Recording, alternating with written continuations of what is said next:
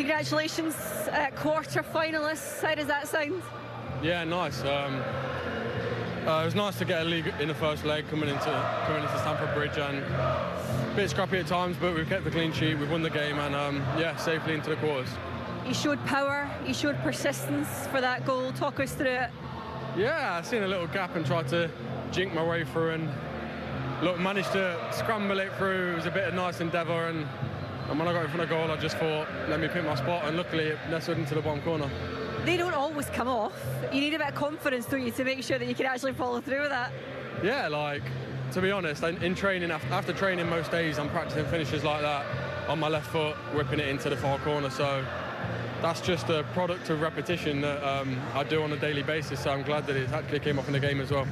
That first half was quite challenging. At moments, did you think, oh, you know, this is not going to be our night again? Did it feel as if they were difficult to break down? Yeah, I'll be honest, like, we prepared for all last week thinking they were going to play a back four, and then they surprised us last week playing a back five, and again tonight playing a back five. And look, I don't care what team you play, it's tough to break down a team where it's 5-4-1, and it's just about being patient and picking your spots and not getting frustrated. And I feel like we did that, and in the second half we got a couple more opportunities and chances, and thankfully we scored. You're no stranger to this competition, right? And now these fans, they're excited, they're delighted the fact that they're through, but there's going to be an expectation for you guys to win this thing. Are they right to have that expectation? Yeah, I mean, Chelsea's won the Champions League, won the Europa League. It'd be stupid as not to say that we should win this. And that's no disrespect to any of the opponents, that's just the belief and the quality we have in the squad. So fair play to Copenhagen, they're a good team, and they challenged us, but we're into the quarters, and now look, three more rounds, and hopefully we can lift in that trophy. Congratulations tonight, well done. Thank you, cheers. Good to hear his confidence. Kiernan Dewsbury-Hall talked about how important it would be, how the last 8. Those are the stats from Chelsea's game, Eni and Joe. Much improved picture. We talked about how little they created in the first half, Eni. No shots of any type, not even off target, and then a whole lot more in the second half. Even if it wasn't blowing the house down, it was better. Yeah, I do wonder whether, you know, the fact that there is so many changes to personnel, that there's a sort of lack of momentum that comes from the first, you know, the first game, certainly the second half of the first game into the first half of the second game. Because you wonder why it's so different, you know, no shots in the first half, and then all of a sudden, you know, 11 in the second half. So I think Chelsea have to figure that out a little bit. How do you sort of consistently, they've got Arsenal at the weekend, how do we start better rather than letting teams sort of, you know, frustrate them, and then you've got to, you know, pull out a big performance in the second half? Would you respond to a shakedown at half-time? Would a manager do that these days? Yeah, well, I think they do. There's obviously methods of doing it. There's obviously ways of doing it. You know, coming in, throwing the kettle round and throwing sandwiches at everyone is probably not allowed. There's HR departments now, and, you know, and things like that. But you still sometimes, no matter who you are, sometimes you just need a good shout in that and a wake-up call. Because remember, these lads, and all footballers, you know, you have to peak. You say you're going to this stage of the competitions, you have to peak 50 to 60 times a year on any given night. And some nights, for whatever reason, you're human beings. If 3 or 4 or 5 of you are distracted, you don't know what's gone on, that affects the performance. And then, you know, an expectant crowd getting on the top of the team. So the manager's job is to just assess the room, decide what's needed here, what's required. And sometimes it is just a, you know, an emotional one, wake up. There was no tactical things, a change of personnel, bring some experienced players on. And I think that was just, it was as simple as that tonight. There was nothing tactically needed. Chelsea were better in every department. Every player, man for man, was better. They just needed to step up, and they did it. But if they play like that against Arsenal, even for 45 minutes, the game's gone, because Arsenal will punish her. So that's what these young players have got to realise, you know. You can't go a whole season being pitch perfect, but when you switch off, make sure you give yourself enough ability and time to turn it round. The goal, when it did come, was good, wasn't it? A bit of hunting and then a bit of quality from Dewsbury-Hall. Yeah, I'm happy for Dewsbury-Hall because he's sort of been on the fringes, but he's a great player, and, you know, I think, you know, he'll gain confidence from this. But I love the way Cucurella wins it back there. You know, that's a full-back right up there, winning the ball back, counter-pressing, leads to an opportunity, and I think great feet from Dewsbury-Hall. Gets a little bit lucky, I think, with the little sort of deflection, but good initial sort of quick feet. And then I think once you're in this position, your eye is wide and open, and it's a great finish. Yeah, I mean, listen, if Lionel Messi scores that goal, the world will stop. You know, it's great play, isn't he? He's handling the ball in short areas here, low centre of gravity. That touch there just to take it away. And then now you have to put, you know, the silencer on, calm, and he's whipped it into the side netting.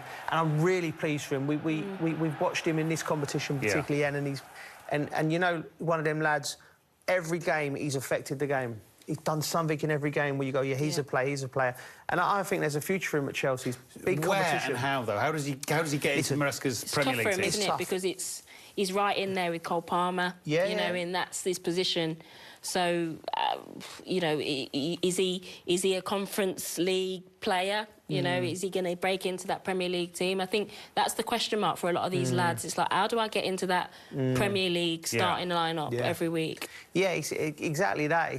Listen, he's too good a player to be playing 10, 15 games a year at his age, you know. Maybe in 7, 8, 9 years' time, maybe that might suit him, and as you're coming down there, but he needs to play football because he's such a good, talented footballer. And the decision will probably be his at the end of the season. Whether, you know, what does he do? Does he go and find his football somewhere else, or does he stick out for him? I mean, I just look at every time I watch him, I like him, and I think to myself, as a manager, as a coach, you'd want him in your team. I think he could play at a very, very high level. Big competition in the midfield at Chelsea, but always impressed with him. Yeah. As you rightly point out, a hard job to get past Cole Palmer, who you presume has that shirt. But he looks a player, got minutes tonight in this competition, back in the squad for these European games, but he's kind of looking for something, isn't he? Do you know what it is, Matt? He must be thinking, what am I doing different to what I did before? Because it doesn't look different. He's still getting in them pockets, he's still taking players on, he's, you know, putting in great balls like this. Obviously, it's not his fault that it's a poor finish, but this is, if you look 6 months ago, this is the same positions he's getting in, and that goes in. So as a forward, it's quite frustrating, is it? Because we can sit here and analyse it, but sometimes it's just just pot's luck, and it's just, you know, it's just not, you're not getting the rub of the green. Again, here, I think he's so desperate to score, he should release it, shouldn't he? But again, 4 or 5 months ago, that's going in. 4 or 5 months ago, he's already scored 1 or 2 and he's releasing it to the young lad. Do you know what I mean? That's true. Which he probably should have done tonight, you thought. But listen, this is part of his journey. Like, what he's done in the last year, 18 months at Chelsea, you know, that's ridiculous what he's done. You know, he's going for a little dry spell, and this is when he needs to, you know, to just... He'll understand it. He'll have loads of spells like this in his career, not as many as other players, because he's a top player. But, you know, you sort of... He's had a little pillow tonight, and he'll be going, oh, I should have done that, I should have passed it, should have done... And he just needs to just be calm, smooth... But he doesn't strike me, Joe, as the kind of lad that, like, will lose sleep over it. No. Do you know what I mean? He strikes me as like, listen, I got this. You know, I think that would be worse if he's overthinking it and he looks tense, but he doesn't look like it's bothering him that too much. Yeah, that's true. Could either of you just leave the game behind 5 minutes later? Oh, no. Well, you have to think back on it. And... I got very bothered. If I didn't score. I think as well, when, like, you don't know what's going on in his head. Do you know what I mean? He might, to see, he looks like the coolest man in the room, don't he? Like, he's never going to be bothered about anything. But I still, you don't know. It could be affecting him. But what he needs to know is, if I was a senior player, listen, you're going through a little dry spell, it will end. You know, it will end. It's 10 games now, isn't it? Whenever it does. Yeah. But it will end, hopefully on Sunday against Arsenal. But he just needs to be very... I know, it sounds mad saying Cole Palmer needs to be calm, but... but he does, like, he just needs to be... I don't know if he can be any calmer. Yeah, I know. But I think that's his strength. I think that's why we shouldn't panic, because he is sort of such a calm guy and has such composure that it will come. And when it comes, it will make up for it all the, you know, the 9, 10 games he's not scored, because, you know, he's just got that quality. He's too good for it to last too long. Yeah, very true. Do you like what you see of Tariq George? He's had a few... I really do. I really do. Like, I've heard his name, I've watched him, we've watched him in this tournament. He's a ball carrier. Yeah. He makes the difference. Look, great feet, stop, start, drives away. You know, he's very well balanced. He's like... He reminds me a little bit like Anthony Gordon in the way he's lanky, he can run, he can... Look, comes inside... Quick feet. Quick feet. Do you know what? I would imagine you're talking to opposition fullbacks and they see his name on the team sheet, they'll be like, oh, Not tonight. I could do without this kid. Do you know what I mean? He's very, very, very, like, just talented, and he's one of them. He's another one off the conveyor belt. And I think he's going to play a part from now to the end of the season end. It looks like he's growing into it. You know, you can see the young lads when they look a sort of bit of deer in headlights when they initially get their opportunity. Tyreek George looks like, you know, he's sort of he's growing into the shirt. He's getting in little pockets. He's trying new things. So it's really good to see. And I'm proud to see Chelsea giving young lads a chance. You know, because it's not always sort of part of club ethos to do that. It hasn't always been, I think, at Chelsea, but now it is, and it's good to see these guys. You've got to look at their name, you think, who's that? I know. And they're coming through and coming through, and the manager's giving them a chance. It's quite right. 16-year-old Reggie Walsh didn't get on, but 17-year-old Genesis Antwi did. We're just wondering whether his parents were Phil Collins fans, maybe with his name like Genesis. We were, and where he gets his haircuts. We were wondering on that as well. Not that we're down with the kids. Well, Eddie might be. Me and Joe definitely not. But listen. I don't know much about him, Matt, but what I do know is and I know how diligent they are in Chelsea's academy and in how they are in developing not just a player but a human being as well. And then that's one thing I found when I was in the doors there. I was like, there's so much work that goes into helping these young men progress. So it's great for the club and it's great for all football. We see young players, brilliant. Last minutes, but sum it up for me if you can. Yeah, thanks. It's important, you know, quarter of final. And now the target is, you know, next step, that is the semi-final. And yeah, overall 180 minutes, no easy. But I think between the two games, we deserve. First half, again, like the first leg, we struggled a bit more. Then half time we changed a little bit something, we adjust something, and I think second half we were much better. Can you put your finger on why the tempo maybe and energy wasn't where you wanted it to be in that first half? And then obviously, as you say, you made the changes, it seemed to work. No, it's quite easy, because against team that, you know, they are 11 players in their side, you struggle to attack quick, so you need patience. But I think second half, as I said, we were much better. What is it for you, do you think, now the target is? Because again, it's about the fans looking for trophies, looking for success. I'm assuming you are on the same page as that, thinking that this trophy technically should be yours. Exactly, we are on the same page. First of all, because this club always won trophy in the past, and we need to try to do our best to achieve the target this season. And it's completely normal that they are looking for target, they are looking for trophy. It's the same thing that is the reason why we are working every day, is to give them and to give to the club some important title.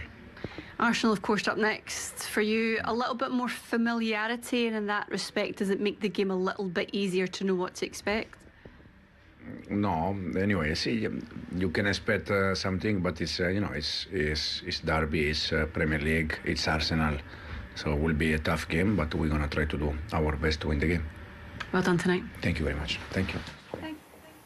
It is Arsenal at the Emirates on Sunday for Chelsea. Spurs after the international break. It might be Legia Warsaw in the quarterfinals of this competition. They've gone ahead of Molde in extra time. So, as it stands, it will be a scouting trip to Poland, potentially, because, of course, the final is in the same country. OK. Not the same city, but... Yeah, it's a shame. We could have scouted a few restaurants, couldn't we? We're not there for that, Joe. Yeah, it's all work for us. No, listen, that is a tough run for Chelsea. You know, you look at the competition for the 4th and the 5th place for the Champions League is it could be 6 or 7 teams. It's right the way down it goes. So you have to be on it. And the manager's going to have to manage his squad. One, they need players back from injury, Chelsea. Your Jacksons, we miss him so much with his athleticism. I never thought I'd say that, but because I thought Nkunku would step up. You know, so I think it's going to have to be... I think the next 2 games are crucial. If Chelsea can take 4 points from them, I think you're in business. You don't want to be sort of falling away from this and then having to compete in the quarterfinals and possibly the semi-finals of this competition and then stretch the players. So Chelsea need to keep... They're in there at the moment. They're in 4th place. They need to stick in there. Stay there. Stick in there. Yeah, it's going to be it'll tough. almost certainly be 5 places, given the coefficients boost tonight with the English teams going through. Chelsea are a trophy-winning machine. They have been for 25 years, really, or thereabouts. But Champions League next season is at least as big as a trophy this season, isn't it? It is massive. It's absolutely huge. It was only 4 years ago we won it. You know, Chelsea won it. So it's not too distant memory for the fans. And I think for every club, really, that is sort of a big club, financially, you know, for owners, it is huge to get into the Champions League. And that's what these owners will be looking at, going, listen, we've spent a lot of money. We need to get back, clawing some money back by getting into the Champions League. But I think the starting point is being humble and trying to win this competition conference first, and then doing as well as they can in the Premier League. Those next few fixtures, Chelsea, Spurs, Brentford, if they can get results, that lifts the fans, because there is a bit of murmurings. But I think those are huge games. Whichever way you want to win it doesn't really matter. If you win it, I think win those games, those are big lifters for the fans as well. Yeah. I mean, obviously, we'll be the first club to complete the set of European trophies. That would be a tremendous honour, wouldn't it? Yeah, I mean, and that'd be it'd be massive. It'd be big for the fan base. Chelsea fans are very proud of the fact that they're the only London side to have won the Champions League, you know, and so to do that as well, you know, it really sets the tone, because there's the London competition. But Ennie's right, you know, the Champions League is where it's at. The owners bought the club not to be in these competitions, but we're in it, so we'll respect it and we'll celebrate it like mad if we do win it, because it's difficult to win trophies in football. There's good teams everywhere trying to beat you. Every game's a battle. So. But ultimately, the amount of money that's been spent, the Champions League does take priority, in my opinion, getting back in there, because to improve this squad, you need to add quality. And one of the biggest sales to any of the top players in Europe is come and play for us. You're going to play on the top stage. You're going to play in the Champions League. If you haven't got that, it's very difficult. Manchester United, if they don't get there, will struggle to bring players in. Spurs will struggle to bring players in because they're not going to get there unless one of them wins the Europa League. So it's crucial. Otherwise, you know, players who've got a ticket to go anywhere in Europe, it's very difficult to bring them in because everyone wants to play in the Champions League. Yeah, you want to give everybody a go, don't you, if you can, but he's got a balancing act now, hasn't he? I think he's had a balancing act all season, and I think he's actually done a really good job of managing the squad, horses for courses, right? OK, this is, you know, the Premier League team, this is the Conference League team, obviously in the cup competitions as well. I think he's done a really good job of that. I think now bringing in someone like Cole Palmer for the conference to give it a boost, smart as well, I think that's good management as well.